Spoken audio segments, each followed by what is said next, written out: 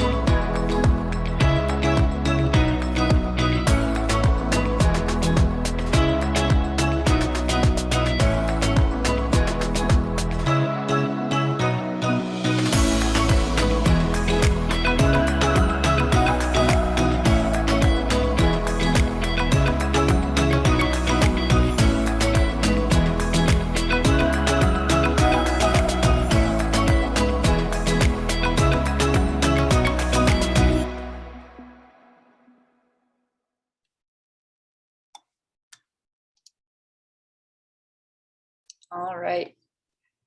So Ben, I'll let you take it away and introduce yourself, tell everyone a little bit more about yourself.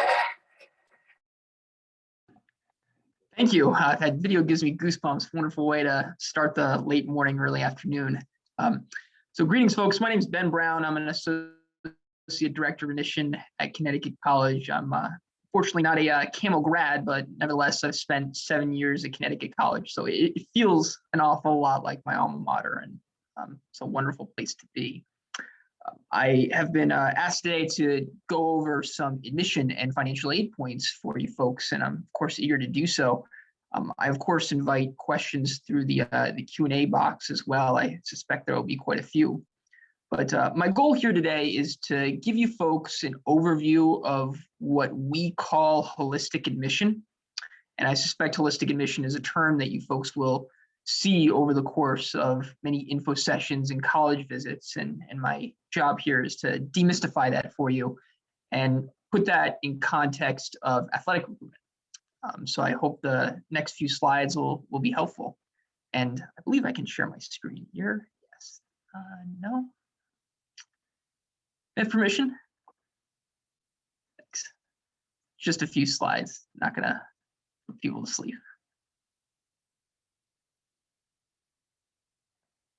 There we go. Much appreciated. Okay, excellent. Okay, so let's talk a little bit about holistic admission, and my hope is to really demystify that term and to break it down into what we perceive it to be at Connecticut College. So holistic admission, I have been getting in the habit of describing it to parents, guardians, students, counselors as contextual admission. I hope that's a more precise term. And what I mean by that is we look at everything in context. It's not just about one score or one grade. We're looking at students within the environments from which they're coming.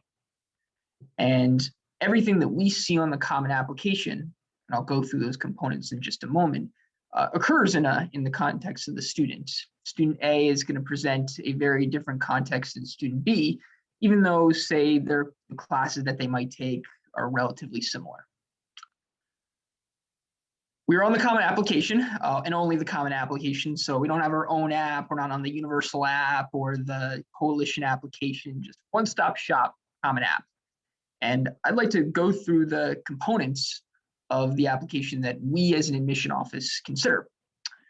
And before I do that, I'm going to give you a quick overview on sort of the process of how an application is reviewed. We have 12 admission officers on staff, myself included, And I cover a variety of territories, primarily mid-Atlantic states and parts of Appalachia. So during a normal year, we go from high school to high school, learn about the high schools from which our applicants are coming. So we really try to understand the context of those high schools. And lately we've been conducting virtual visits, which has allowed us to visit areas that we normally are unable to get to. When I receive an application from my territory, I conduct a first read on it, and sometimes I will send it to a second reader. But all applications, and we received about 7,800 this year, will go through a committee. So over the course of an application's life, an application will be seen by the territory manager and at least three other admission officers on the committee, plus the dean of admissions. That's 5 out of 12 admission officers at minimum who are reviewing your application. So we try and gather a lot of different perspectives. And I'll show you what we review. The first thing that we consider is academics, and that's the transcript and test scores, which I'll get to a little bit later. We look at 3 things when considering academics: the transcript, the school from which the student is coming, and grades, the school from which the student is coming, and the class that you take. We receive a school profile alongside every transcript we receive. I like to call it the school scouting report. As a sports fan myself, that's kind of where my mind goes. And it's helpful for us because we are able to understand that context from which you're coming. Are there APs offered at your school? Perhaps there are no APs. Are there honors courses available? Are they called enriched, accelerated? Do you come from a school that offers IB courses? None of the above. How big is your school? Student faculty ratio? Again, it gives us a sense of what's available to you. And that's important for us as we assess the other 2 components of your transcript. What courses have you taken? We, of course, want to see students who have challenged themselves in the context of their high school. Have they taken some of the more challenging course offerings?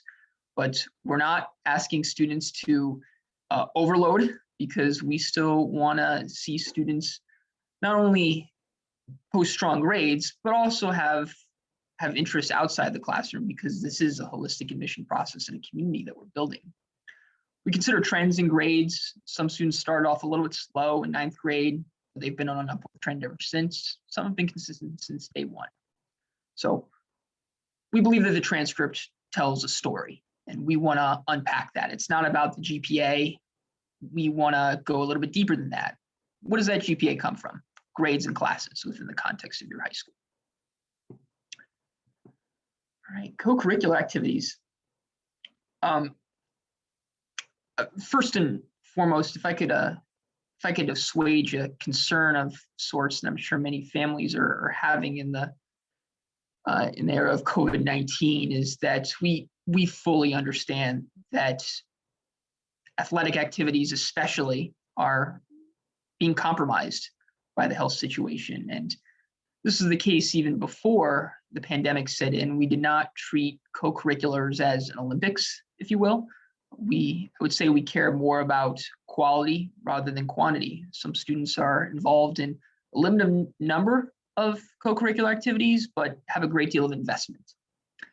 And in the case of athletics, we're of course excited to see that in the admission process, and we're of course proud to be part of the NESCAC, where we treat the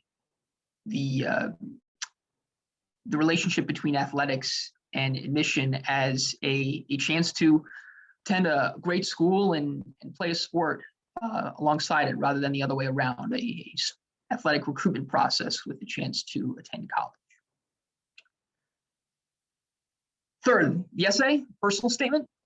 This is the common application essay. Great news, students, we do not have a supplemental essay, so you can breathe easy there. It's just the standard common app essay of about 650 words. If I could provide an admission tip, Google Connecticut College Essays That Work. You'll see a great sampling of essays that we loved. They're on a variety of topics, You don't need a life-changing topic or event to write a compelling essay. In fact, you will see one of my favorite essays of all time on the Essays That Work website, coincidentally written by a rower on the women's rowing team. And she wrote about how different food items would touch on her plate, and this became her pet peeve.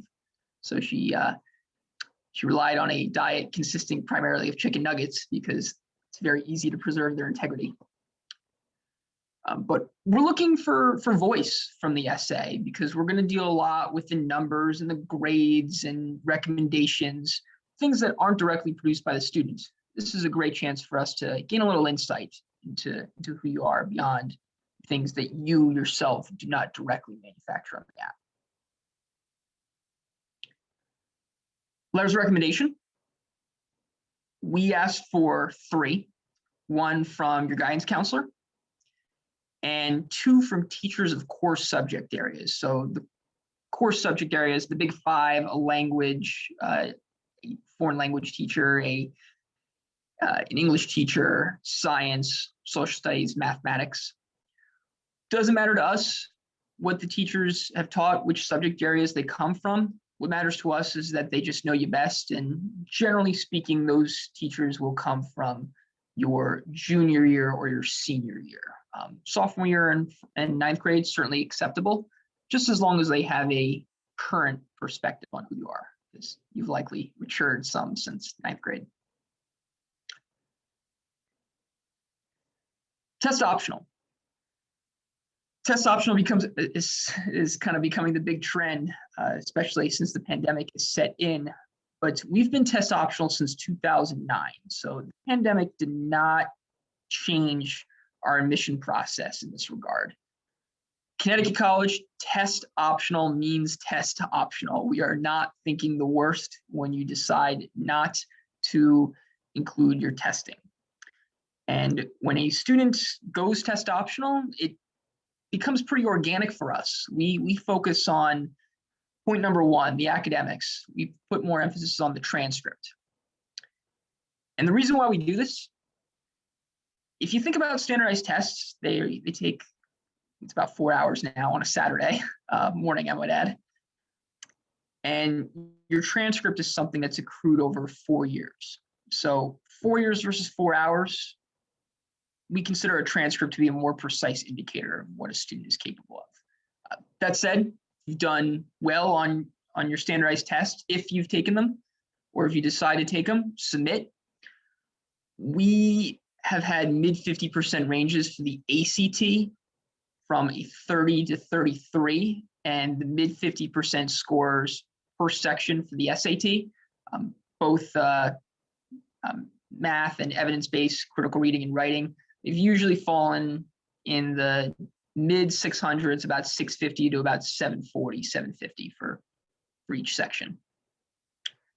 My advice is if you're below the mid 50%, consider going test optional, but call us up. We are absolutely happy to counsel you on how best to proceed. Send us a copy of your transcript, share your scores, and we can give it to you straight and explain whether or not you're best served going test optional. Demonstrate interest in interviews. Believe it or not, you folks are demonstrating interest right now. You've designated part of your Saturday to come learn about Conn College. Guess a little insider baseball for admission with demonstrate interest. Colleges like Conn, we want to feel wanted too. It's flattering. We want to know that students are interested, and if admitted, there's a possibility that they'll attend. So what can you do from here on out? I will discuss some options for demonstrate interest shortly, but the first one I want to emphasize is interviews, which are strongly recommended, not at all required. And for the class of 2025, so current juniors, rising seniors, we'll be starting interviews probably virtually around June or July. So keep an eye on your email. And these are conversations with admission staff. And it's a great chance for us to actually meet someone in the flesh or at least virtually live. And I think it's a good chance for you to explain some things that may not show up as easily on your application. And we love meeting students. Hopefully we'll be able to do that in person at some point again too. Okay, financial aid. I know this is a major factor in a lot of families' decisions. I want to be thorough with this. Oops. So at Con, we're very fortunate to be in a position where we are able to meet 100% of demonstrated need for every student we admit, regardless of citizenship, residency. We're a private institution, so there's no in-state, out-of-state tuition. 100% of demonstrated need. And what that means is this. We take the sticker price of Connecticut College, and for context, it's about $78,000, but stick with me. This is why we have financial aid. We take the sticker price and subtract the amount of money a family can feasibly contribute using a series of documents, and I'll get to those shortly. We meet you in the middle there, 100%. We cover the difference. So this is a really big equity measure for us. We understand that just salaries and the cost of college just are not increasing at the same rate. So we want to make that more palatable for students and their families.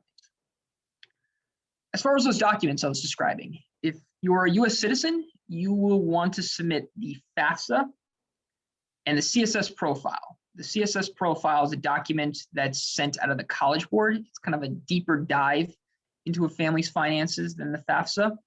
And also you'll want to procure your tax returns as well. So if you are applying for the class of 2025, you will want your 2020 tax returns. So we call this prior for prior. It's not last year's tax returns, it's the year prior, just because everybody has those. It's a little bit more complete.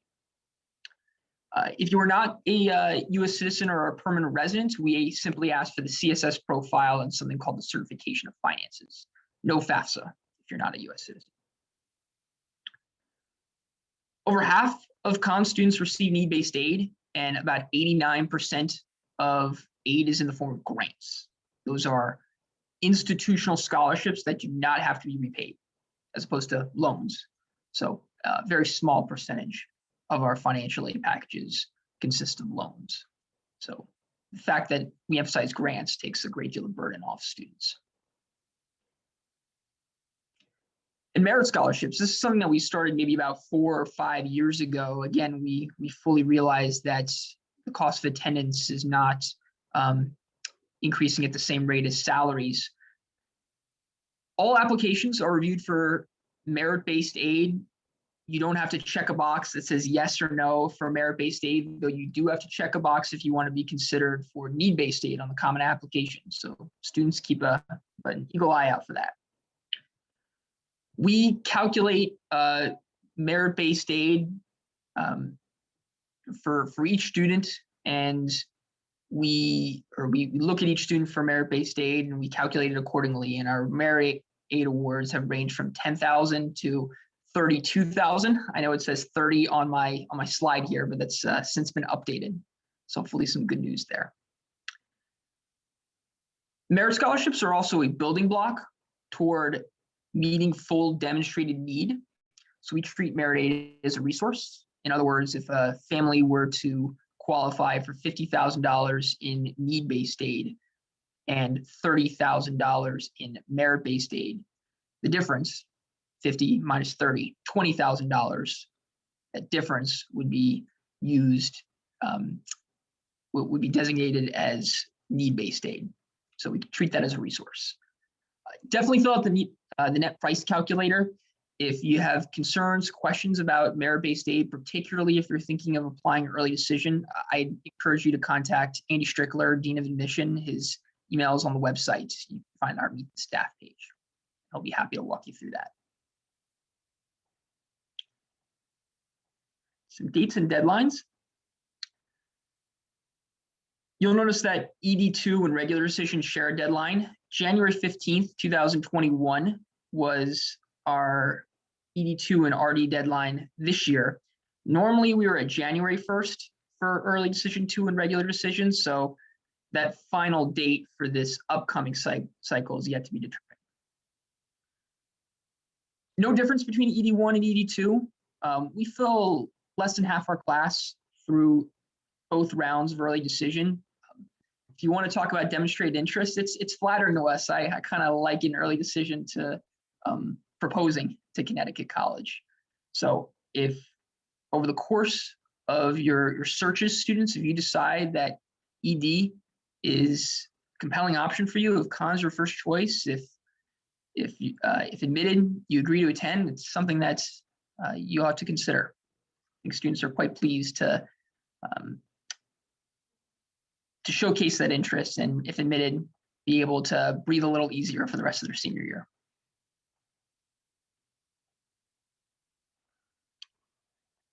I want to give you folks some tips on some other virtual resources that you can find on the admission website. We have some intro to Con videos. I do an essay tips video, so if you'd like to see that, please check that out. And we also have some tips on test optional and financial aid, as well as other topics. We have some virtual tours. We call those Coffee with a Camel, where you'll get to meet with a current student, current tour guide over Zoom. We also have online information sessions where we flesh out some of the more distinguishing features of the Connecticut College education. And I mentioned virtual interviews. Those will likely start in June or July. As for on-campus visits, that's something that we are working out. Bear with us. If you are interested in being updated for that, you can go to the admission website and fill out a request more information form. And as soon as we figure out our plan for the current high school junior class and succeeding classes, we will eagerly let you know. It's been far too long since we've been operating at full capacity in the admission office, but thankfully we've been able to contribute to low cases on campus because of that.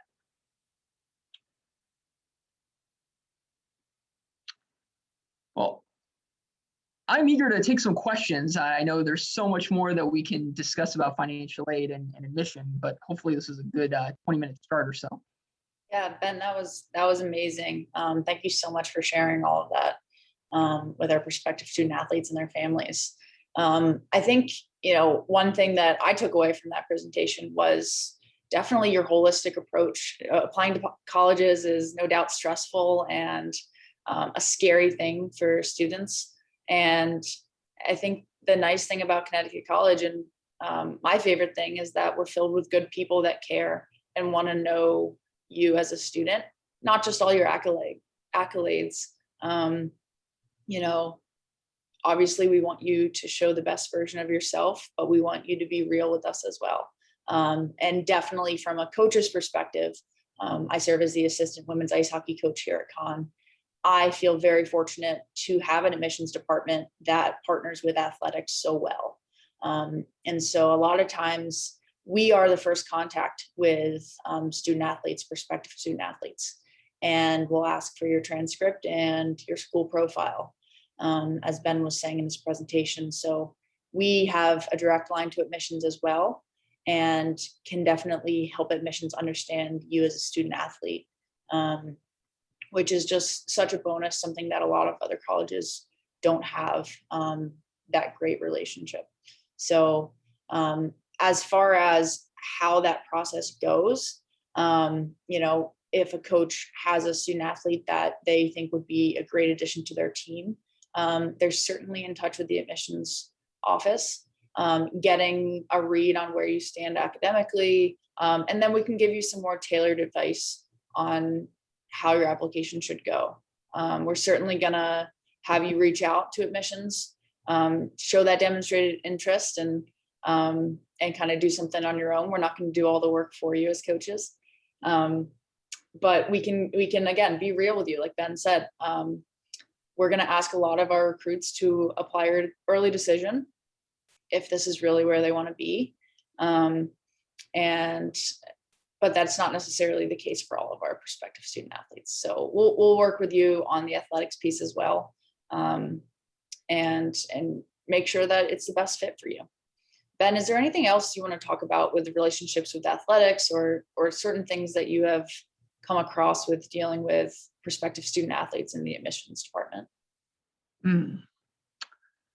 I think one thing that I've noticed from working with student athletes is just how intimately familiar they are with some of the nuances of con, not just athletics, but its academic offerings, the offerings of student life, and I think that's I think that's a real tribute to all the coaches taking such good care of student athletes and making sure that they're aware of what exactly they can expect in 4 years at Connecticut College. And I think that really shows in the application. So I guess a tip I would give is use your coaches.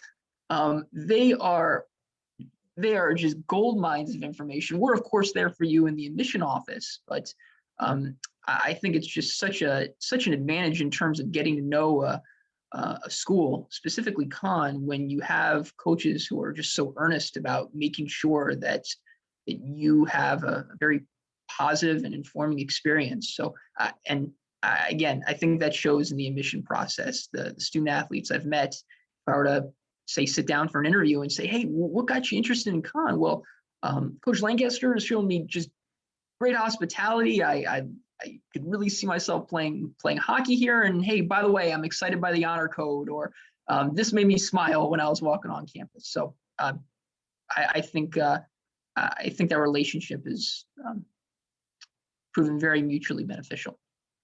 Awesome, thank you. Yeah, we definitely feel fortunate to be able to recruit such high caliber people here, and it's one of the best parts of the job is getting to know all you students. I want to talk a little bit more about financial aid because it's coming up a lot in questions. So I'll kind of dispel a myth here that is out. Do athletic coaches, does the athletic department have any say in what financial aid is given? No, N-O. And every coach here will tell you that.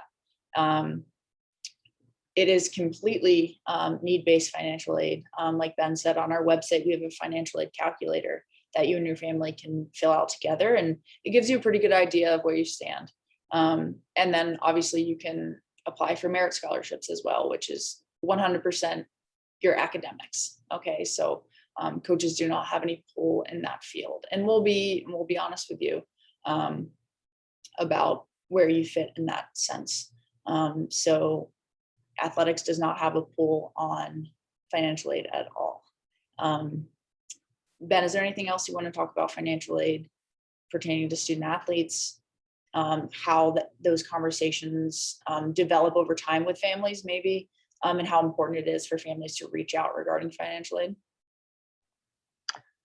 The first big tip I can give students, when you are filling out the common application, if your family is seeking need-based aid, please be very prudent about making sure that box next to questions seeking need-based aid is checked yes.